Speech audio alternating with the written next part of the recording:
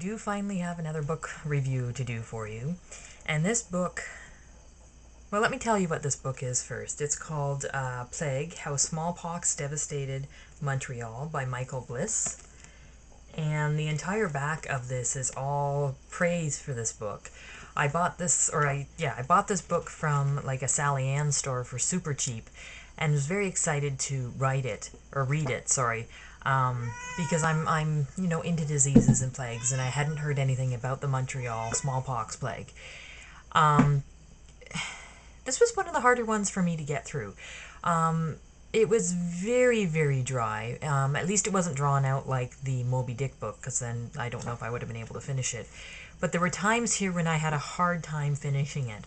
And honestly, the quickest part of the read of the book was the end of it, when it was the epilogue and they were just telling me the death tolls and the basic facts.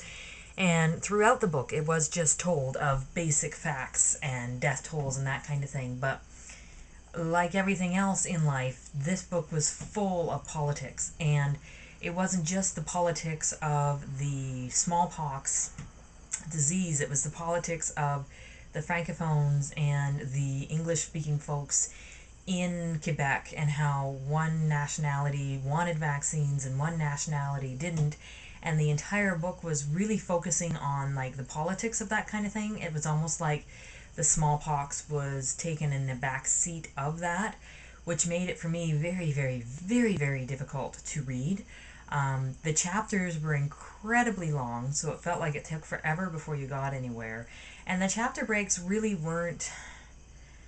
They didn't need to go in where they got it. Like, they didn't seem to make sense where they went in. It was all seemed to be one, like, short, chopped-up topic throughout all of it.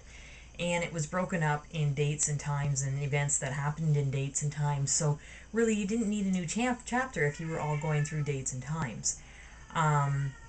So that made it difficult. And because I'm not from Quebec, it was hard to get involved with it. Never mind the cat screaming in the background. That's my old girl, and she's deaf, and she thinks she's found a mouse, so she's calling to me. But anyway.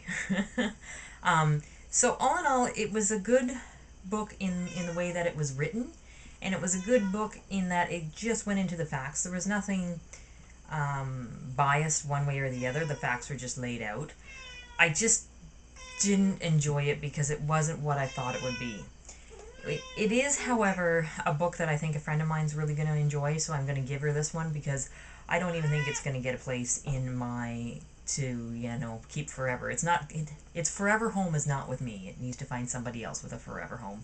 So I'm going to give it to my friend who has spent a lot of time in Quebec and who understands a lot of this better than I do, and who I think will enjoy the book more. All in all, it's a good read. It's a long read. It's really bogged down my reading times. I don't think it's the fault of the book. It's not for me.